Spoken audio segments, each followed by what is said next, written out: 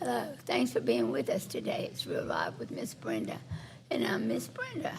And today, I have two of the most special people in the world to me. On my left is Melissa. Hey. Hey, Melissa. And we're going to talk a little bit to Melissa first. Melissa, tell me, when did you come to the center? In April of 2012. So you've been here 12 years? Yes, ma'am. Yeah. Okay, what brought you to the center? Were you a mess? Mostly drug addiction, but yes, ma'am, I was a complete mess. And I was supposed to die who I was, in my opinion, at that time. I didn't think that life change was possible. And what happened? The Lord changed my life completely and drastically. You have a son? I do. I have a 21-year-old son. He was 9 when I got to the center. What was the most traumatic thing that happened to you out in the world?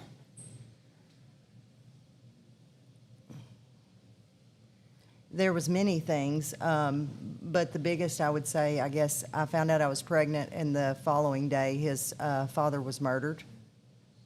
And I was 19 years old and about 2.5 months pregnant. Wow, that had to be hard. Yes, Were ma'am. you with him when he was killed? Yes, ma'am. Boy, God had something special for you, didn't he? Yes, ma'am. You're an only child? No, ma'am. I have 4 older brothers. Does addiction run in your family? With some, not all. So have you just left that life behind you? Absolutely. I have no desire. To be honest with you, I saw Melissa when she first came in. I cannot even imagine her being the person that I met. She is just an unbelievable person. Have you ever even had a relapse? Not since I've been at the Lovelady Center. What was your DOC? Xanax is a methamphetamine. Boy, that's an ugly combination. At that time, it was a good combination. But I'm grateful for the freedom. So what do you do at the center? I'm the director of intake, and I oversee the aftercare program. When you see these girls coming in that are where you were, how do you feel for them? Would you talk to them? What do you do? Brokenhearted for them, but it's amazing to watch them stick it out and to watch the light come on where they realize that the change is possible for them too. One thing I've noticed about you and your caseload, you are so determined to change the women. Sometimes you almost go too far. I feel like you get mad at them if they don't change. Absolutely. Absolutely. You're not. Because I know change is possible, and freedom is amazing. It's way better than what you had, isn't it? Absolutely. So Melissa was in the center, and Melissa just has been an incredible client rep, and she got a real life going. And so let's slide Melissa over to this side for just a minute.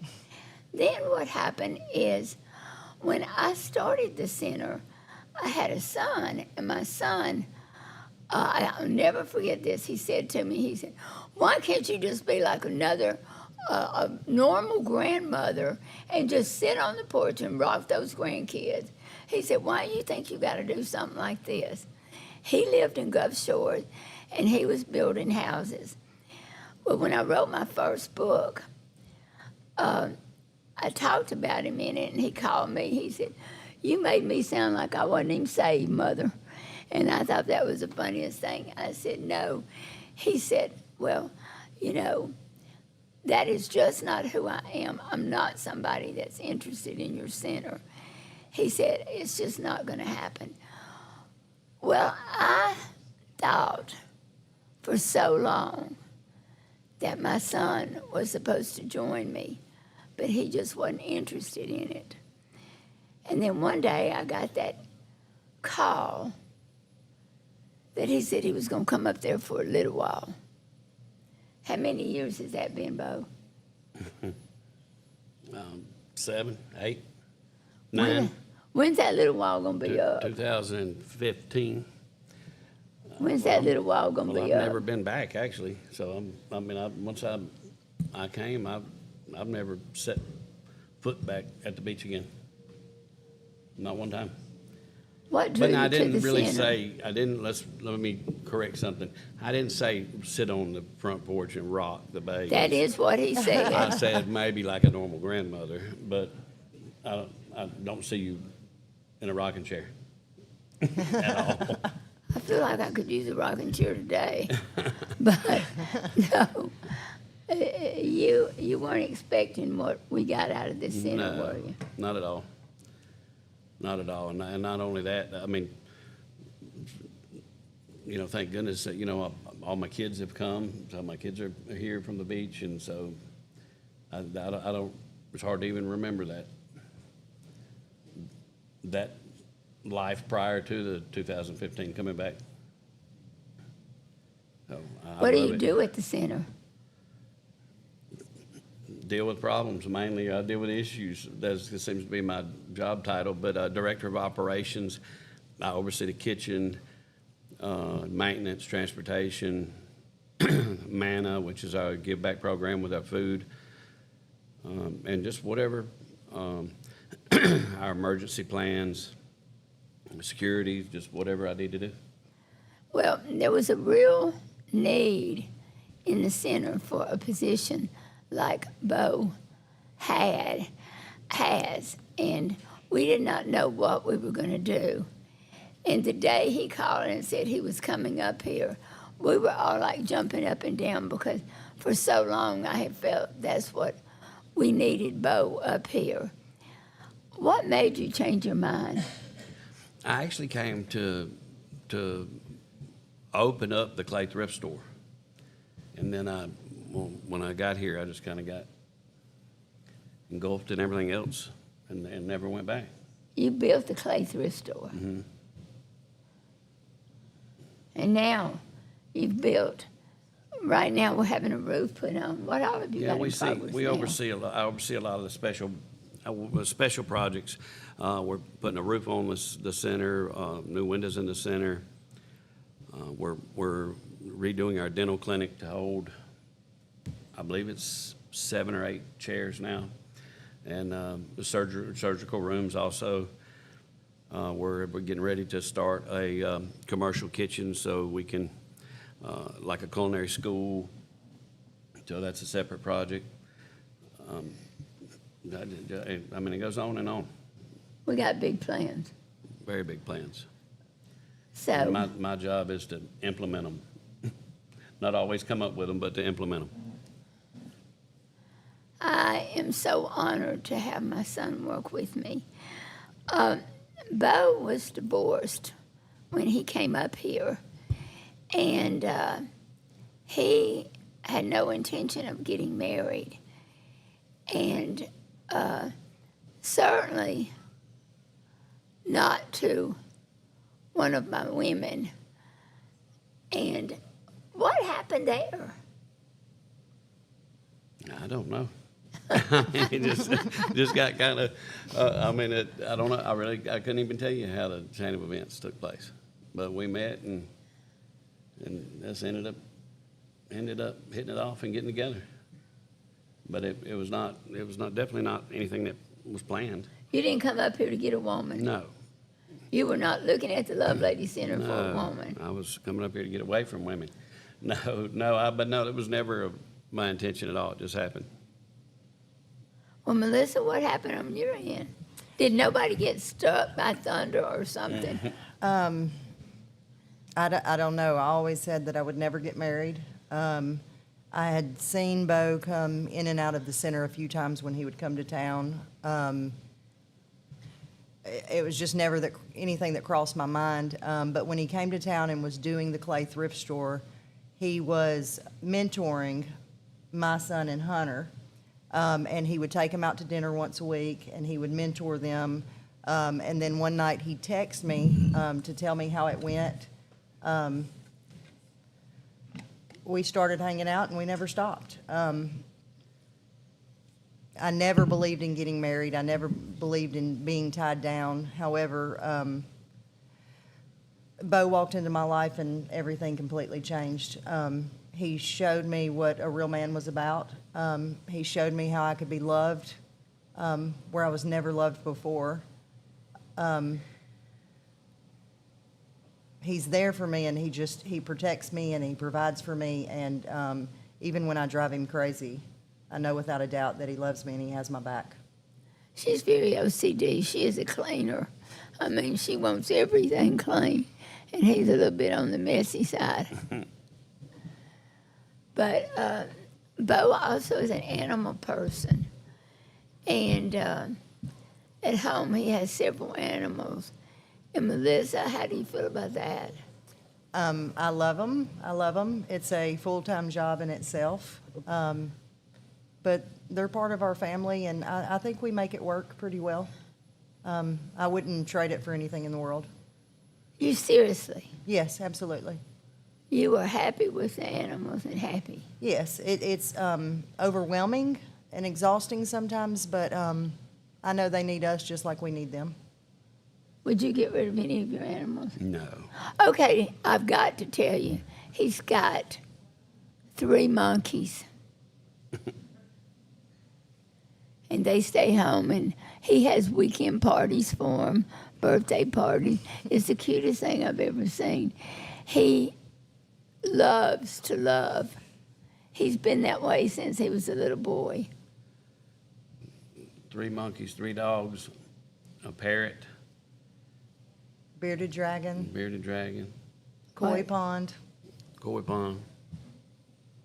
So yeah, we've got some animals. for Chickens. sure. Chickens. 10 chickens. I am thrilled to death with what he has. And I love to see him so happy with it. Beau, let me ask you something. What do you think about the program? What changed your mind about the program and about what you saw in the women's life? Oh, it's amazing. The lives changed. I never, I never expected to see the lives change like they are. When it's kind of, I love it when you see a new group of women come in, and they're beat down. They look rough. They look tired. They're thin, unhealthy, thin. And then you watch them over a period of Terrible a year. teeth. No teeth sometimes. And you watch them over a period of a year, 9 months, a year, and it's absolutely mind blowing how they change. They come in, they're looking at the floor.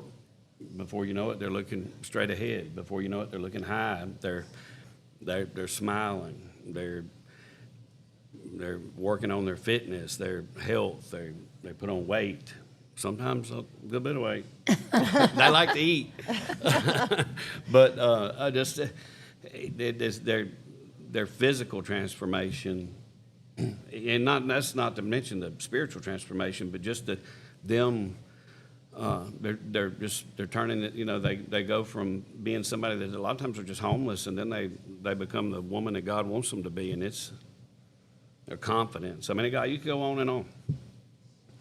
They are different. They're just a different person that walk out and walks in. You see God move that much Absolutely. in your life. Absolutely. The kids, they drive me insane, but it's also such a blessing to be around the kids. My office is actually beside the daycare, so I'm in and out of the daycare 4 or 5 times a day sometimes. And What do they call you? Bobo, everybody calls me Bobo. 2 Bows. They always double Bow, but I don't know. It's the feeling of people being happy at the center. There's an air of when you walk in the door, and I hear this from so many people that just come to visit us. There's happiness in the air. There's joy, and that's good. It's not a gloomy place whatsoever. It's happy.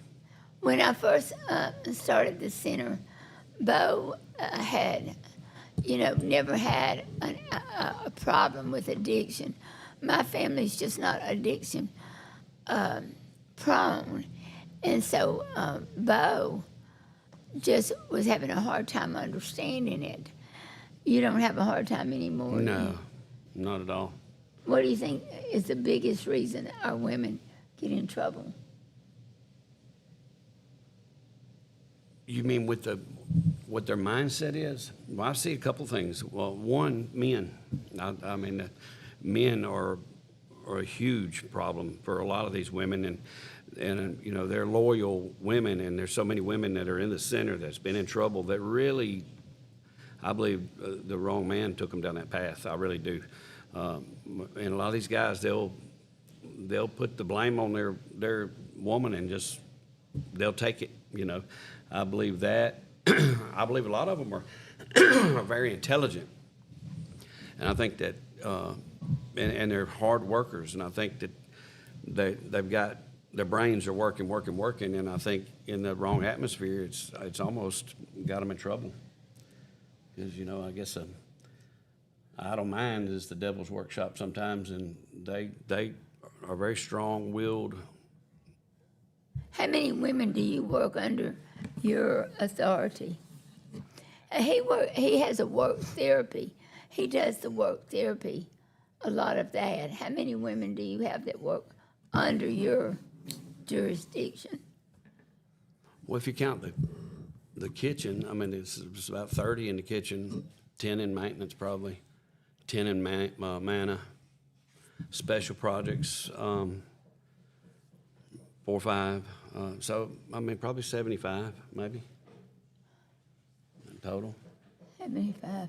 75, I think. That's just rough, but a lot. One day last week, I called Beau and I said, Beau, I need you. Where are you going? He said, I got to go off. I'll be back. I said, Beau, where are you going? Just tell me. I got to take Miss Edwina her food, Mother. She doesn't have a way to get it. It's an older lady that lives out of the center. And I find he takes food to these people, which I'm thinking, that's not part of his job. And then I'm thinking, it's part of all of our jobs, because what happens is we love. Our capacity for love seems to be we're a notch up or something, you know. Well, I think it's a responsibility. I mean, it is love, but I think it's a responsibility that, I mean, God put me there with a box full of food, and somebody needs the food. I mean, they need to take it to them.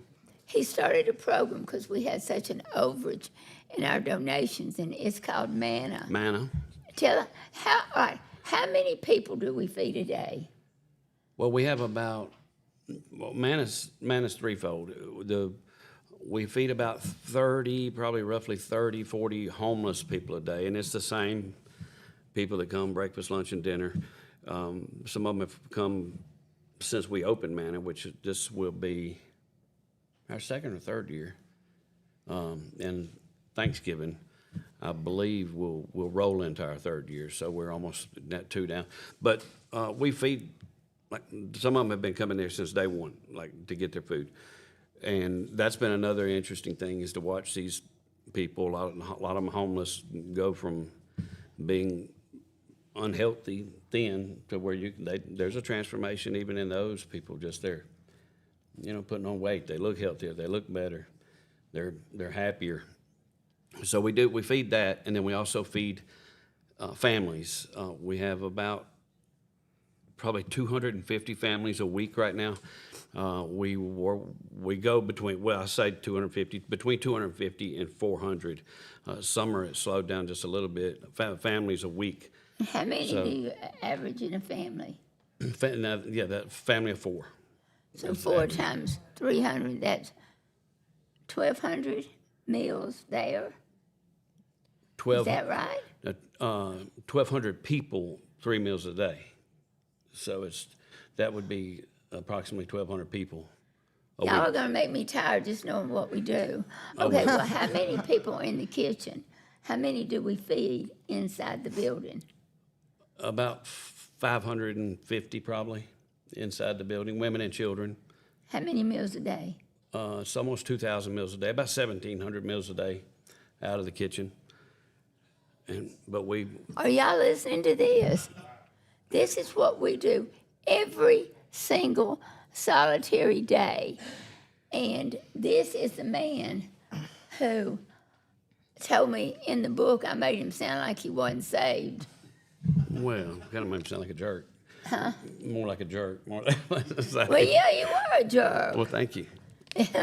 I mean, you didn't want to have anything to do with the center. Well, it's not that. I mean, at the time I was just in a different direction in life, you know.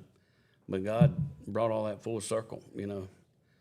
I had more, at that time I was doing really well financially, and he kept tugging on my heart, and he took that away. I mean, it was just the way it all transpired. Sometimes, we talked about it yesterday in church, sometimes God will put us in a place and we want to have a way to get out of it just in case we need to do something. He puts us there. But I say we got to burn the ship.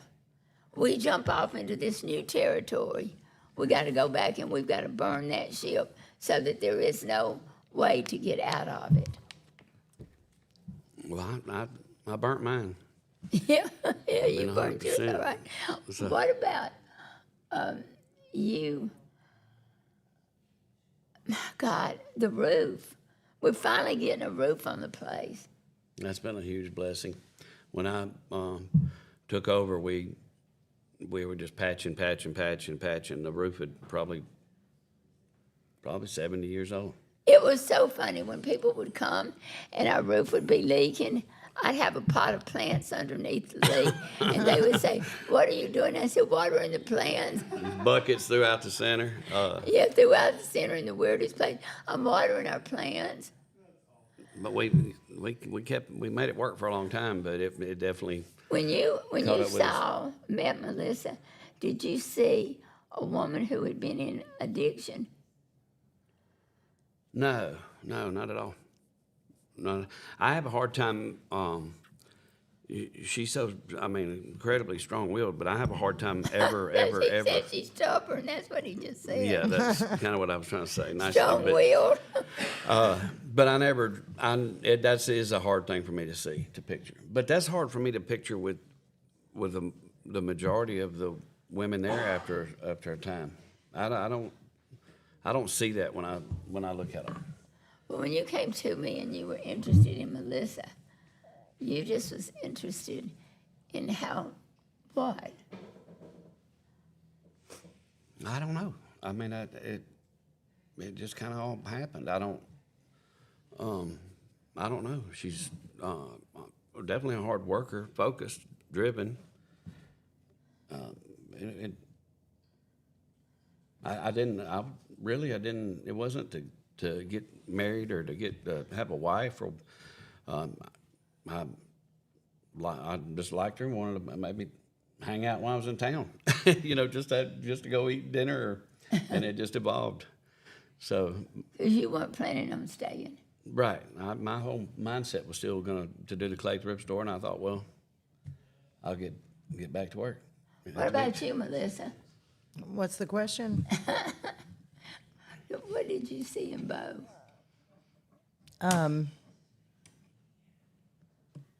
Strength.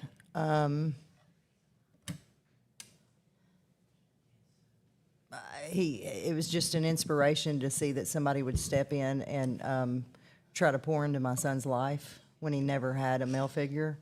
To just take time out of his life to want to go and hang out with some teenage boys that it was just mind-blowing to me. I didn't know men like that existed. I didn't care if men like that existed. But he stepped up, and he has from day one. He has from day one, even if we have issues. He tries to be a man of God. He tries to walk in integrity. He's been very good for my son. What about for you? It's been amazing for me. Just the fact of showing me that somebody will step up to be there for me and my child, and he didn't have to be. He's always made me feel safe. And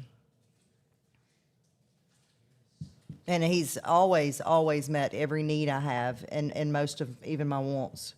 Is that need, the needs that you have, is that what you believe you had filled with drugs? Absolutely. Well, with drugs, I didn't care about anything. I was just out there living my life, doing what I felt I needed to do, just to get high again, or just to do somebody wrong. There was no good intentions in my life. I mean, like I wanted to be a good person, but I never thought it was possible. Well, I'm going to have to ask you this, and I'm doing this with you being my son, and people ask me this: does her past bother you? No. I didn't even, but I don't, and that's just, I think, something that God put in me. That doesn't really bother me with anyone. I don't see, when I see people, I just don't see that. But I didn't even, I will say this, she recently had a pardon, and then I was in the pardon hearing, and the person they were describing in that pardon, it blew my mind. It didn't dream, like 40 arrests. It absolutely was mind-boggling to me, because I don't see that. That was the first time I probably really did get a hold of. Yeah, it hurt to the core, because me telling him and then him hearing a judge say it was too different. I cried. Because I think I told him, but I don't think it hits home until you actually, it was a judge, a whole courtroom full of people, talking about just how terrible I was. And for him to hear that from another side it was heartbreaking. But you got your pardon. I did get my pardon. I got my pardon. I'm going to go back for another pardon. I didn't realize at that time the way pardons worked. And I still need to be pardoned on one more charge to. They pardoned, if I'm not mistaken, on all the felonies, but not a misdemeanor charge, right? Well, yes. Is that what it was? So what happened is I tried to go and get a pistol permit. Not that I even want to carry a pistol, but I just wanted to know that I put that life behind me. And I was denied for one more charge. And now I don't want to be told that I can't. And I know that my life has changed tremendously, and I don't want to fight now till I accomplish that But you goal. got the big pardon. Absolutely. And Beau had to sit there and listen to how bad his wife had been. Absolutely. And it just drove you crazy. It hurt. Not that I've ever hidden anything from him, because I think I really tell him more than he wants to know. But I didn't grasp it. I think just authority figures, a judge sitting on a stand telling him, it hit deeper than I think he even really knew. Who, Beau? Yes. It is what it is. I mean, but I didn't grasp it, but it is not. I don't see that person. So. I don't see that person either, Melissa. Yeah. I don't see that person at all. I'm not saying that person was all bad or whatever, but I think that person burned her ship. Absolutely. Yeah. Burn, Absolutely. baby. Absolutely. Burn that ship. Absolutely. And you can't go back. How's your mother feel about that? I think she's just grateful and relieved that today she knows I'm alive, and she knows that she doesn't have to worry. And I believe that she sees the strength in me, that giving up is not an option. Once I knew there was another side, Beau calls me persistent. What do you call me? He calls me lots of things, but giving up is not an option. No, she doesn't stop. Stubborn. Yeah. Yeah.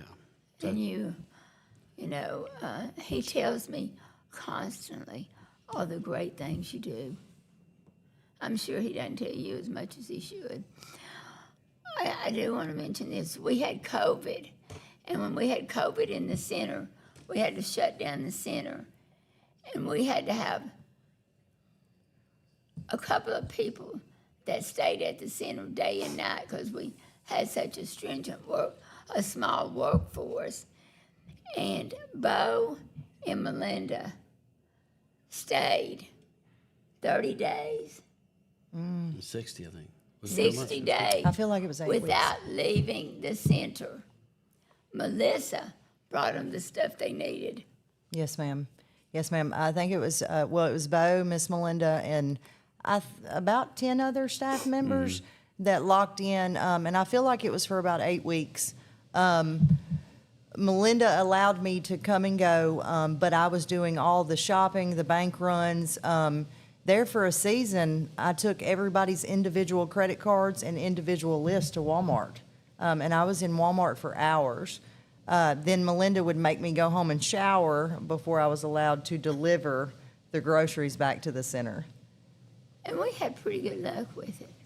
Yeah, it ran pretty well. It was a completely different life. This is how we pull together. And I am telling you, having my son there, a lot of ministers have their family in the ministry. And so I didn't want to just be known for that. And so when I brought Beau up from the beach, I said, we're just going to be here a little while.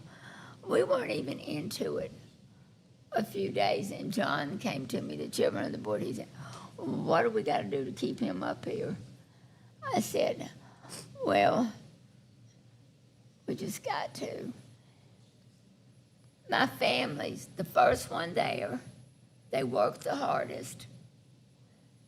They stay the longest, and they get the most done. So when you marry into the family, that's that pain in the rear you got to deal with. Because, everybody looks at you.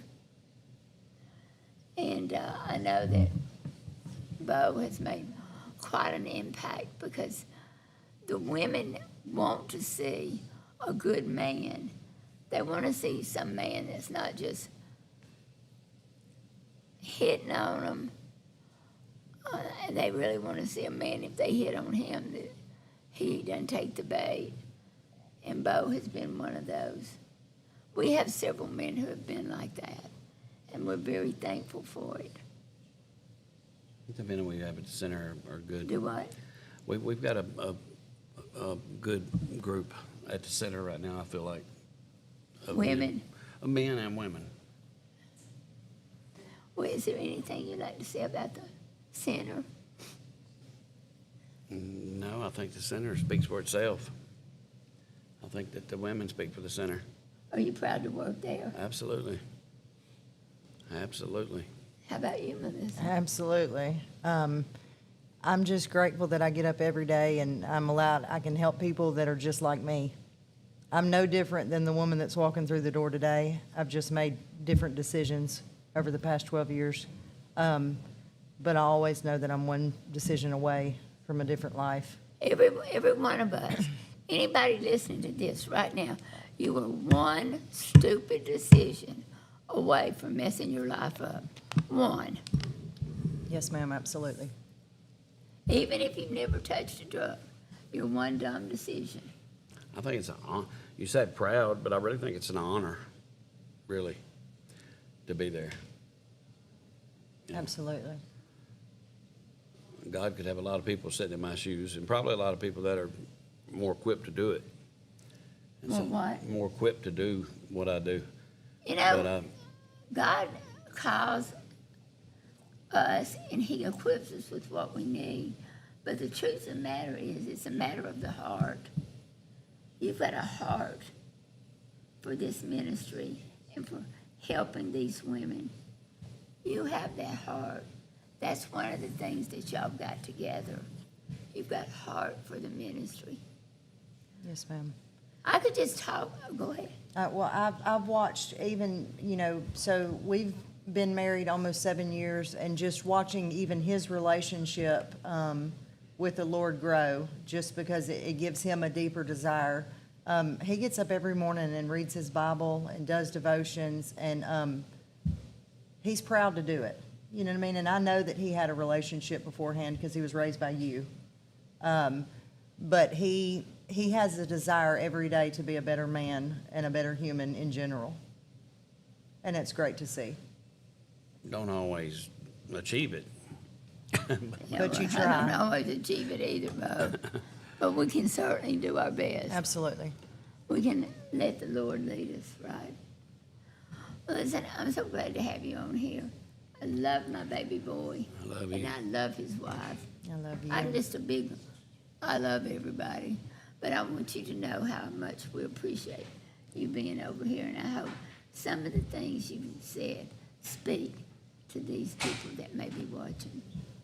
I We hope need so. volunteers.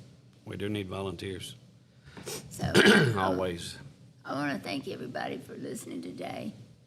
Have a great rest of the week.